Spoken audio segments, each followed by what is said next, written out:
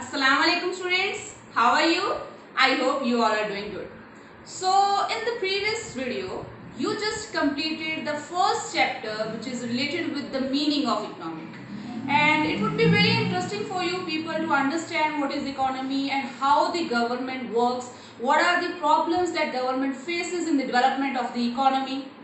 And it would be very interesting to start the next chapter to relate with the problems that government faces, to relate with the problems that we people faces in the development of the country. So let's start the second chapter, that is consumption analysis. So before moving further, I would like to share the learning objective of this video. So in this video, we will come to understand the meaning of human wants. What is human wants? How it can be satisfied by various goods which are available in the market, and it also creates the problem while selecting the goods which can satisfy our human wants. We will come to understand what is human wants and what are the areas it covers in economics. So later on we will discuss about the classification of goods. In the previous video, in the previous chapter, you just understand the meaning of goods. In this video, you will come to see the different types of goods, the different classification of goods. So third topic is going to be very interesting to understand, that is cardinal, which can be measured in number, cardinal utility analysis. And the fourth topic is very wide topic to understand. I will try to complete this topic in this video. So that is law of demand. So let's start today's video with the first topic, that is meaning of human wants. So students, to understand human wants, first I would like to clear what is consumption. Actually, consumption is the act of satisfying our wants.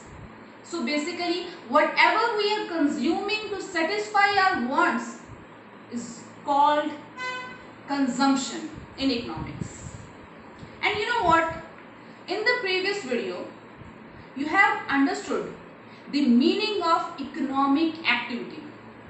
So economic activities are those activities which are concerned with earning the money. And consumption is the thing which creates the economic activity to go on in the economy. Just let's suppose if there is no consumption in the economy, it's not possible. You have to just suppose this thing. If there is no consumption, then there would be no production also. And if there is no production in the economy, then how the country, how the economy will earn the money for the development of the economy? So basically, consumption is the base of every economic activity in the country. If there is consumption, then there would be production of that particular goods which can satisfy the needs of the consumer. So it's very important to understand what is consumption. Consumption is nothing but the act of satisfying the human want is known as consumption. So now we will move to the meaning of human wants. So let's start with the meaning of human want. In the common language, or in a common layman language, human want can be desire also, or can be want also. But in economics, it's clearly mentioned that desire plus want plus capability of buying the product is known as human want. And as you know that we are having unlimited wants, and to satisfy that unlimited wants, we are having the limited sources. So this is a kind of a basic problem that every economy faces. And economy have to make a choice between which want, which need should be satisfied first. So let's start with the characteristics of human wants. So let's move to the characteristics of human wants. Just now I explained to you the first point, that is wants are unlimited. As I told you, we have a lot of wants which we want to satisfy at a particular time. it's unlimited because the resources are limited. So let's move to the next point. There is wants become habits. How it happens? Actually, sometimes if you want to, go through the news from any newspaper, from any news channel sometime, and suddenly you creates a habit of listening news or reading the newspaper. So basically want is also connected with habit. It becomes habitual for you people. Like if you are, just I'm taking an example, don't take it seriously. Like if you start playing any game, like PUBG or any other game, suddenly you start, become addictive of that game because it becomes your habit. You just started to play a game, it's just your want to pass your time, but suddenly it becomes your habit. So it is another characteristic of want, that want becomes habit also. So let's move to the next point, that is wants are satiable. What it means? To meet a desire at particular one time. So basically you can't satisfy all the wants at a particular time period. Let's suppose if you are hungry, you will have food. You will eat food to satisfy your need or your want. So at a single time, you can satisfy your single want. Hope you have understood the point, and let's move to the next point. That is wants are alternative. So basically, if there is any want, we can satisfy our want. There are so many alternative options are available. Are you understanding? If there is a single want, that single want can be satisfied by many ways. There are many alternative ways through which you can satisfy your want. So let's suppose if you are hungry, there are a lot of options. You can eat parathas, you can have biryani or anything else. This both or anything, eatable thing can satisfy your hunger. So we understood the next characteristics of human wants, that is wants are alternative. So let's move to the next point, that is wants are competitive. So basically all wants are not equal. Like if you want a car and if you are hungry, what's the important want right now for you? Obviously you want to satisfy your hunger first, then you can think about buying a car. Both wants are not at the same level of importance. Some wants can be very important, some can be very necessity, and some can be less important to you. So basically there is a competition between wants. Someone can be at a very high level to satisfy, someone can be very low. So this is another characteristic of human wants. Let's move to the next point. So wants are complementary. First of all, I would like to explain the word complementary. So complementary means which complete each other. Let's suppose you want to drive a car. Obviously, you want to drive. So you need a car or any motorbike. But if you want a motorbike, you need petrol also. So basically to complete your one want, you have to take another good also, because that want can not merely completed by one product, one thing. You need at the same time two things to satisfy your want. That's why it's saying complementary, which complete each other.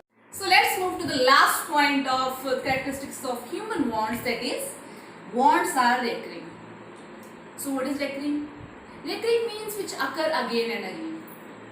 And wants have this characteristics of occurring again and again. So let's suppose if you are hungry, to satisfy your hunger, you will eat the food. But after some time, you can feel hunger. So hunger is a thing which occurs again and again, and to satisfy your hunger, you need food. So this is the another characteristics that wants are recurring. So let's move to the next topic. So our next topic is classification of goods. on the basis of wants or on the basis of our needs. Basically it is divided in this case.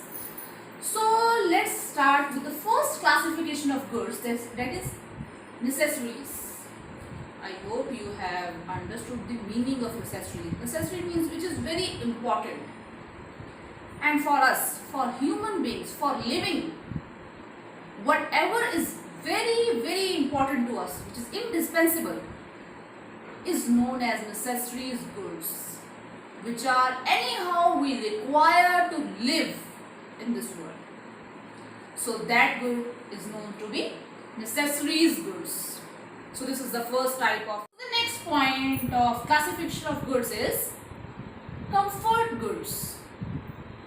So from the name it's understood that comfort goods are those goods which provide comfort to us, which makes our life easy. And in the summer, middle class can afford to purchase AC to make their summer cool, basically. So basically it provides you comfort in your life, and it is not indispensable to you. You can live without AC also, but it provides you comfort, so it is another category of goods. So let's move to the next type of goods, that is luxurious goods. Again, luxurious goods are not indispensable. It is not very much important for you people to live, but it is very costly. It can be used as a status symbol for the rich people. Like rich people usually wear diamonds rather than gold. So it's a kind of maintaining your status level in the society. That type of goods are luxurious goods. You can think about Audi cars, BMW. So these are the some example of luxurious goods. So let's move to the next topic. So moving to the next topic, that is cardinal utility analysis. So before starting this topic, let's make it clear what is utility. Utility means want satisfying power is known as utility. Are you understanding? The power which satisfies human wants is known as utility. And according to Dr. Marshall, the utility can be measured in number. Now you would ask me that, ma'am, how we can measure how much we are satisfied from a commodity. Like if I am eating one chapati, can you tell me how much power is utilized? How much satisfaction I got from eating a chapati? No. But to understand this topic, Dr. Marshall assumed that the utility, the satisfying power, can be measured in number. That's why the meaning of cardinal means which can be measured in number.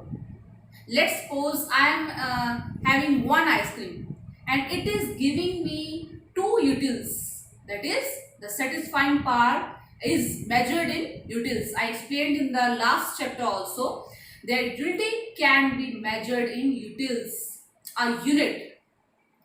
Okay, so before starting this, there are 3 type or category of utility.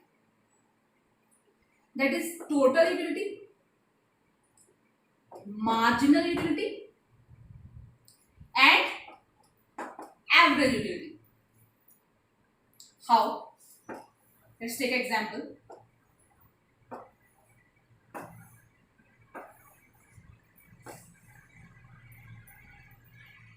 So total utility means the total satisfaction you got by consuming the commodity.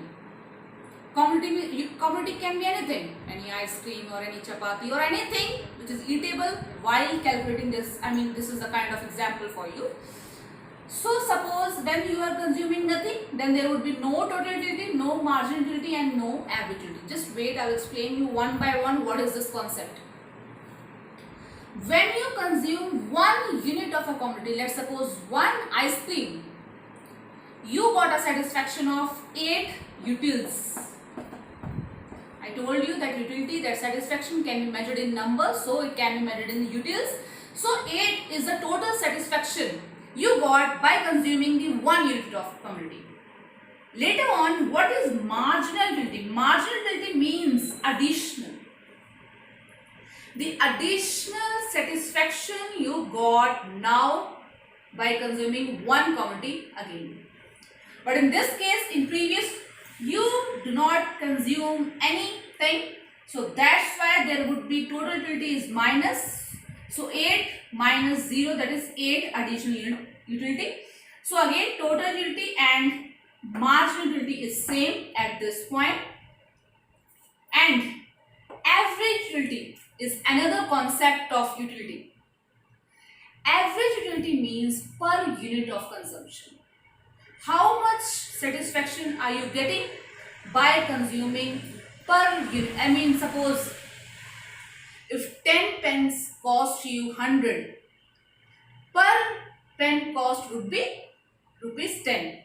In the same way, when total utility is divided by the number of commodity you consumed, that is calculated as average utility per unit of consumption, per utility, per how much you are getting by consuming 1 commodity. Exactly. So let's move to the next point, that is when you consume second unit of commodity. Second means till now you have completed 2 unit of commodity. By consuming additional unit of commodity, you gained the utility of 6, and this is 14, which includes 8 also. The satisfaction which you got in the first unit of commodity is added in the second, while calculating the second unit of satisfaction is known as total utility. Means totality of the satisfaction is known as total utility. Marginal means by consuming another unit of commodity, how much additional satisfaction you got is known as marginal utility. Just see, by subtracting from the total utility, the previous utility is subtracting, then you will come to know that what is marginal utility. Why I am explaining this much widely? Because our law of diminishing marginal utility is concerned with this MU. MU means marginal utility. The additional level of satisfaction you got by consuming the additional unit of commodity is known as marginal utility. I hope you all would understood this point. So let's move to the main topic, that is law of diminishing marginal utility. So law of diminishing marginal utility, what this law explains us. Let's see. It's also known as law of satisfaction, law of psychological satisfaction. So first of all, let's see what this law explains to us. As more and more units of a commodity are consumed, marginal utility derived from every additional unit must decline. Note it down. It is a very important statement of this law. Are you understanding the depthness of this law? You can feel this also. Suppose when you are very hungry, and by consuming the first unit of chapati, you will be very satisfied. I mean, you will enjoy at a fullest level because you were very hungry at that time. At that time, the total utility will be high. Later on, when you consume the another unit of chapati, the satisfaction level will decline a bit or can also increase. But there is a most probability that the satisfaction level will decline. And when you eat the 5th chapati, there would be no taste, there would be no satisfaction to you. And this law explains this thing to us. When we are consuming the very first unit of commodity, you would be very satisfied. Later on, by consuming one, by consuming another unit of commodity, the satisfaction level must decline. And this law states this fact that as more and more unit of commodity is consumed, the marginality, what is marginality? The additional level of satisfaction must decline. Note it down. It is the very important concept in economics, not in your class only, but in economics, in the higher studies also, this concept is very important. Are you understanding? It is very easy.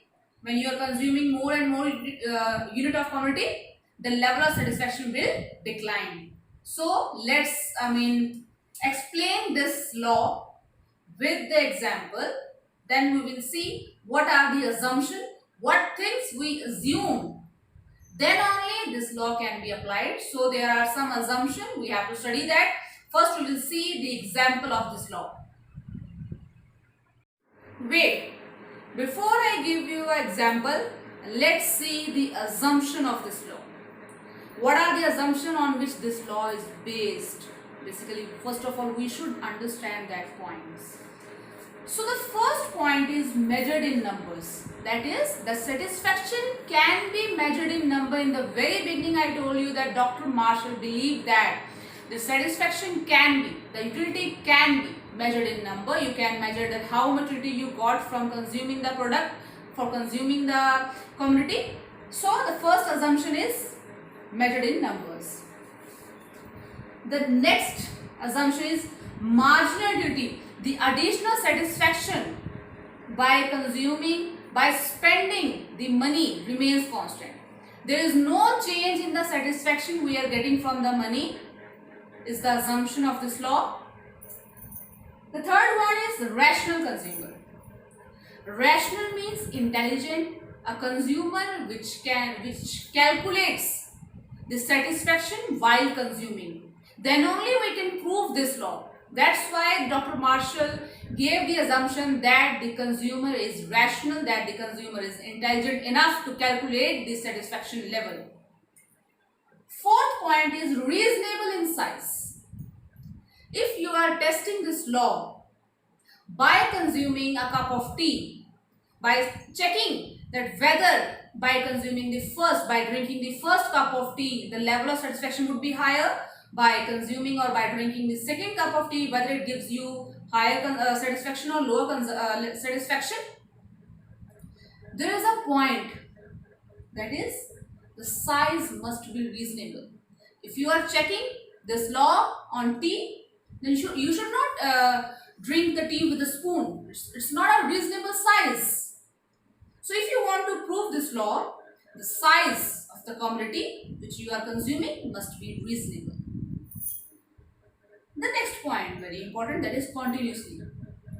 If you want to check this law, you must consume the product continuously to check whether the level of satisfaction decline or not.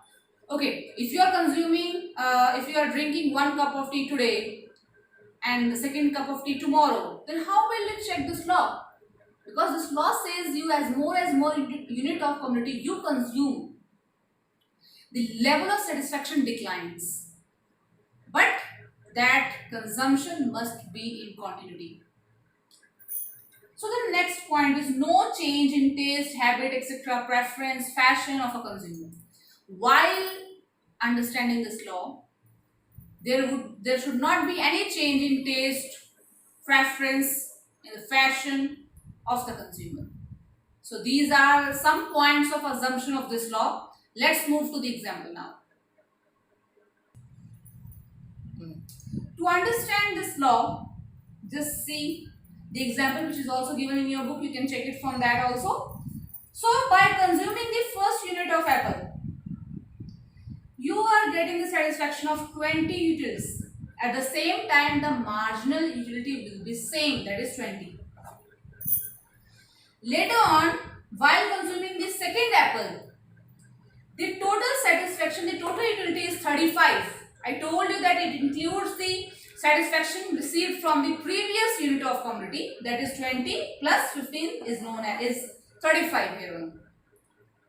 and it is given in your book clearly that how this 15 came, and I told you that also by subtracting this current total satisfaction from the last one, that is 35 minus 20 is 15.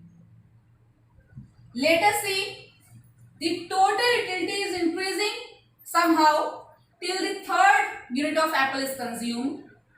Later on, while consuming the fourth unit of apple, the total utility consumed, the total utility got by the consumer is 50. And you can see the marginal utility is declining.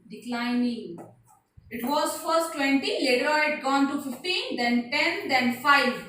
And we reached at a point where the consumer is not getting any additional utility by consuming the additional unit of apple here.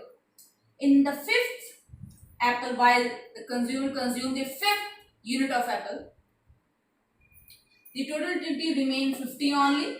That is, the consumer did not get any type of satisfaction, additional satisfaction by consuming that fifth unit of apple. Here we proved our law that by consuming more and more and more unit of commodity, the marginal utility start declining, and it reached at 0 also.